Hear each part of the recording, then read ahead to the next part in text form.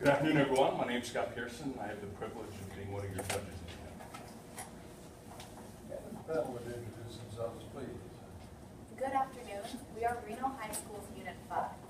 My name is Carla Burcham, and this fall I will be attending Western Washington University. My name is Ashley Dreer, and I will be attending the University of Nevada. My name is Jacob Hoberg, and I will be attending Duke University. My name is Kat Lynch, and I will be attending Chapman University. My name is Gigi Atem, and I will be attending Santa Clara University. Our unit coach is Mr. Scott Daniel, and our teacher is Mr. Richard Clark. And welcome to you both. All right. The question we have for you today is question 3. I will read it to you.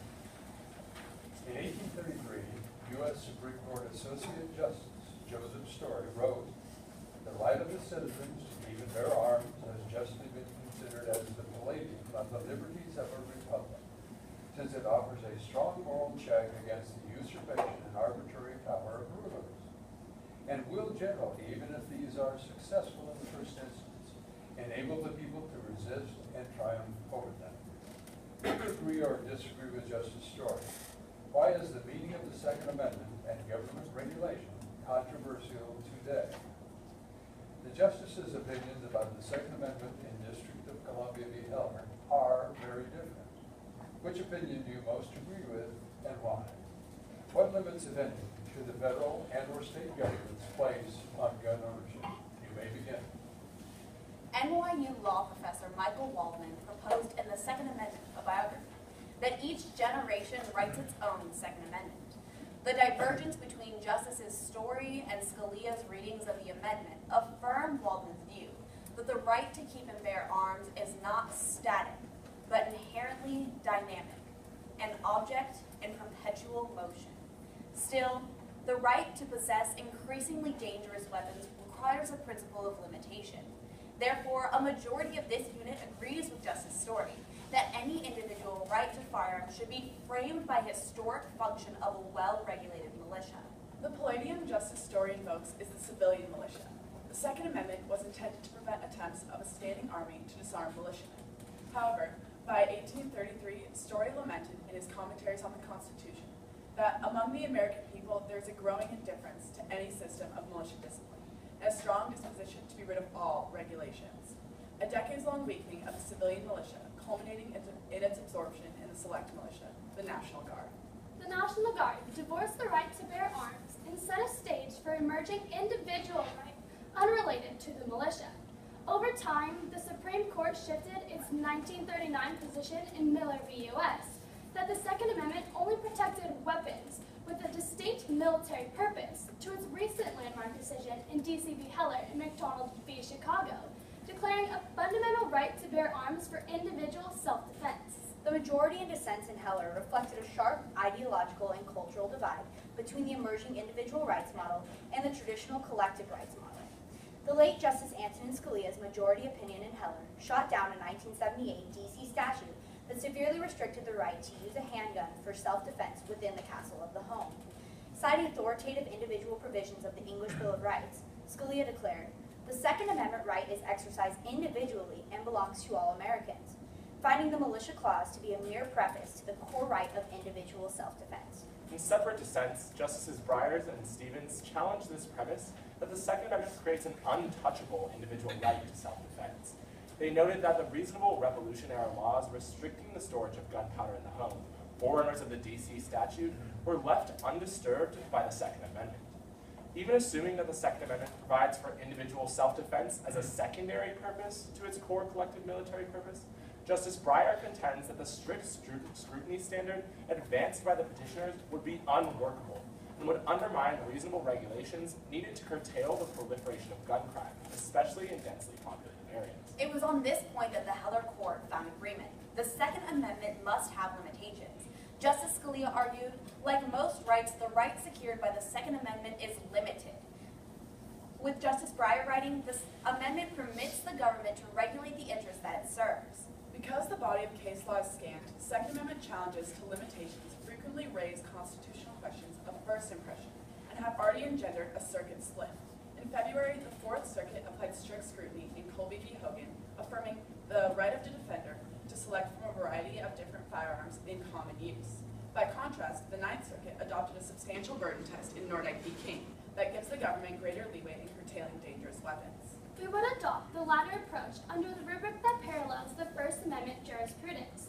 Fidelity to the text and history of the Second Amendment requires us to recognize the core right meriting strict scrutiny, akin to political speech under the First Amendment, is the right of citizens to effectively serve in the National Guard, our well-regulated militia. The secondary right to self-defense and hunting are rough equivalents to commercial speech, subject to intermediate scrutiny when substantially burdened. Thank you. Very good. Is the concept of gun regulation really realistic in this modern age when there are so many weapons out there that are already privately owned? Gun regulation definitely could be something that is possible in the modern age, even though you still have a lot of guns that are owned currently. The number of guns bought between 2008 and 2014 went up by 40%. So we see that there's still a great amount of guns being bought in the status quo. So gun regulations could still be applied because we don't necessarily see this number going down. Additionally, there are gun limitations that allow guns to be brought back and actually destroyed. Gun buyback programs like these have been extremely successful at taking weapons out of the status quo in other countries. Like in Brazil, where they did it, they took 7% of the firearms across the entire country and destroyed them. In Australia, these gun buyback programs have been extremely successful in reducing suicide rates, according to the University of Sydney, but also in keeping these guns into the hands of the people that actually use them, rather than using them for suicide or for violent domestic crimes. How do you feel and how do you analyze the situation of guns on college campuses where the actual students who are adults, as opposed to in the sort of secondary school setting, should that be permissible? Is that something that you think is appropriately limited in some circumstances, although it varies across the country? We actually in the Nevada legislature right now have a campus carry statute going through. So to see how that turns out, but we see that it actually is possible for these state legislatures to determine what these sensitive places are, and we actually see this in Nordyke v. King in the 2009 case. Additionally, in Texas, all Texas A&M schools actually allow for guns to have open carry and concealed carry on all of their campuses and in all of the dorms on their campuses. So because of this really has gone to the state legislatures, and just like Gigi said, we have this going through our own Nevada legislature, affecting the own University of Nevada now. Like my colleague Carla talks about, all these University of Texas campuses do have a campus carry law. However, what we see is that when it comes where it can be limited is actually some of these dorms are privately owned, and thus in those dorms, it's up to the private company that owns them to decide whether or not they can have those weapons in these dorms. So there are limitations placed on these campus carry laws. Great job. In Nevada, we have a database of all the prescriptions issued by doctors, and that may be used to tell us who is being treated for mental health issues, who might be abusing prescription drugs like OxyContin, synthetic heroin. Should we use that database to somehow limit those who can obtain firearms? We should definitely use this information, and we can see this in the United Kingdom where they actually have background checks, and to get a permit to own a gun, you have to go through this background check where they look and see at your drug abuse, and they look and see alcoholism, and actually what your thoughts are on guns. And we see that their gun percentage of being killed in the United Kingdom is 0.7 per million compared to the United States with 29.7% per million. Additionally, you have to keep in mind that Kat's example of England is really adequate because of the fact that England does have a constitutional right to keep and bear arms as established in the English Bill of Rights. Additionally, background checks would probably pass intermediate scrutiny, which under our framework would apply here because of the fact that they advance the important state interest rather than compelling state interest of making sure people have guns, are able to adequately use them, and it's definitely substantially related to that end. Do you think that gun safety should be a regular scheduled training course in schools, particularly high schools? Should we have this matter a matter of specific instruction in our schools? Well, that's something that we're definitely missing within the Second Amendment is this well-regulated part. And we see in actually Finland, they have these well-regulated gun clubs, and their homicide rate using guns is half of what ours is. So that maybe a successful way to regulate how people are using their guns. However, in Finland, they do have a different sort of community because in the United States we have more of a cultural connection with guns. So I believe that using Finland's way of buying guns and their gun regulation doesn't really work in America because of the way that we view guns. However, Elkins High School in Vermont actually instituted a program just like this. Because the Vermont town is one that commonly hunts, they do have a lot of guns within the town. They thought it would be good to implement within a lot of the high schools these systems to teach them how to utilize those guns. What they found was that people were, excited about utilizing these guns safely and using them safely for hunting, rather than getting them into the hands of the wrong people. So it was a way to control guns as well as promote them and make them safe. Also in the Nevada State Constitution, Article 1, Section 11, it states that citizens have the right to bear arms when it's in use for self-defense. And this would be a good way to implement it by teaching people younger that they do have the right to bear arms when it comes to self-defense. Do you think there's any prospect of federal legislation that will help to at least provide standard uniform guidelines at some level, as opposed to state-by-state regulation being so varied? Well, we do have some standards set up in DCV Heller as far as the particular types of arms and kind of a guidance for what state legislators can do. It established the idea that you can't ban arms based on whether or not they're were thought of during the time that the Second Amendment was ratified, or if they have a specific military purpose. We've also seen it in cases like Nordyke v. King and Holby v. Kogan. Holby v. Kogan. Thank you. That there is the idea of common use being a standard to use across the board. Thank you. How about a round of applause for this?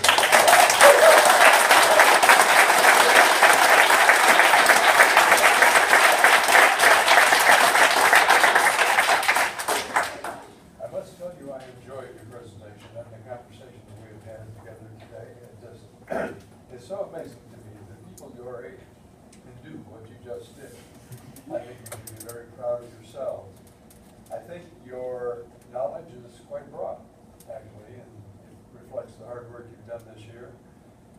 Your discussion of the history was brief, and then you obviously said it's a fluid situation, probably always has been, and you talked about the fact that now we're not so concerned with opposing a strong central government as we are with citizen safety. And that is really the basis for your presentation from that point on. And I thought there were some very interesting aspects to your presentation. One is the fact that you at least twice referenced the English Bill of Rights, which I thought was very, very important. Keep in mind that Charles II was one of the historic leaders who seized the weapons of his citizenry. I thought you did a good job of talking about the situation in Texas, particularly the open carry law and particularly guns on campus. I think that's relatively unique, and we'll be watching to see how that experiment works out over time. I thought the reference to your own Constitution was very, very impressive. Most states have a form of the right to gun ownership. And you talked about the buybacks in Brazil and Australia.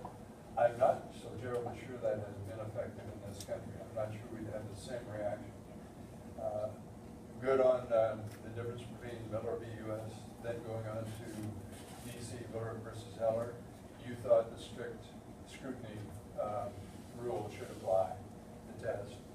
And then you went on to talk about some very recent cases, and I thought that was impressive.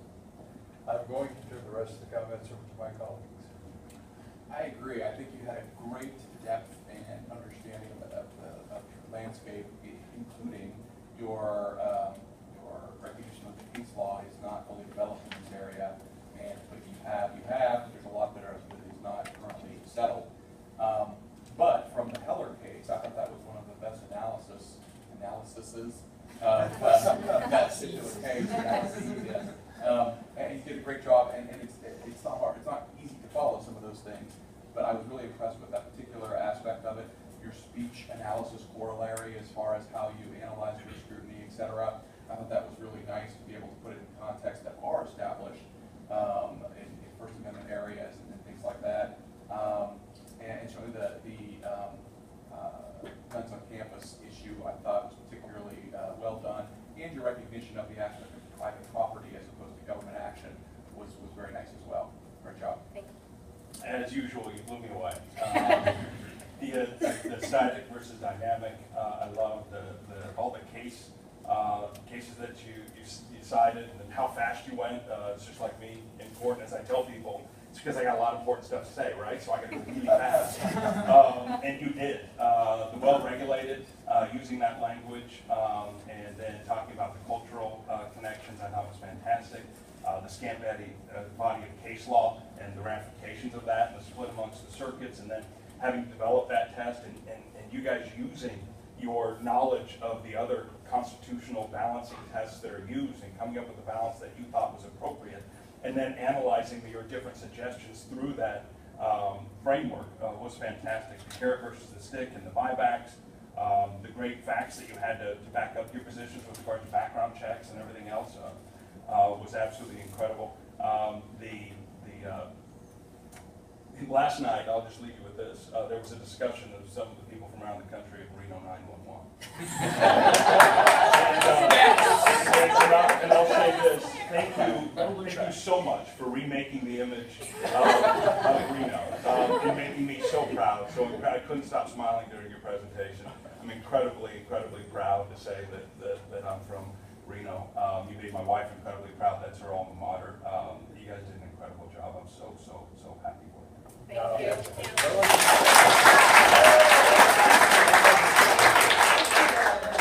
As well as you did, realize you didn't get here all by yourselves. Let's recognize two groups.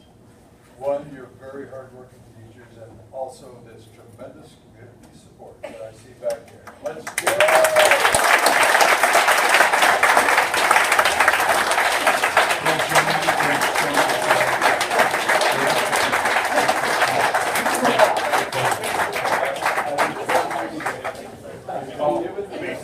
Great job. Thank you so much. Great job. Great job. You're running out, right? Yeah. all your hard work. It shows.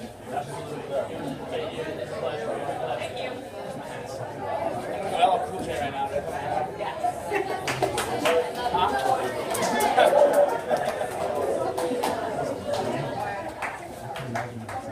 LL Cool J once said, "Don't call it a comeback. I've been here for years." Woo!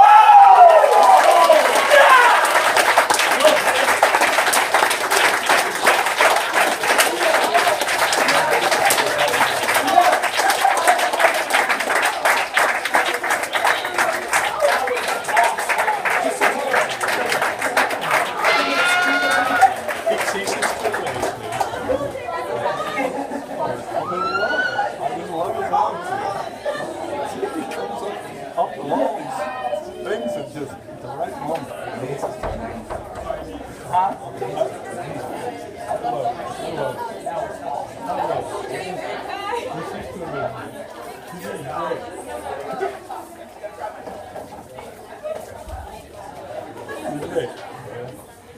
I got a Kanga, I go backwards, but I don't have a Kanga, it's pull up.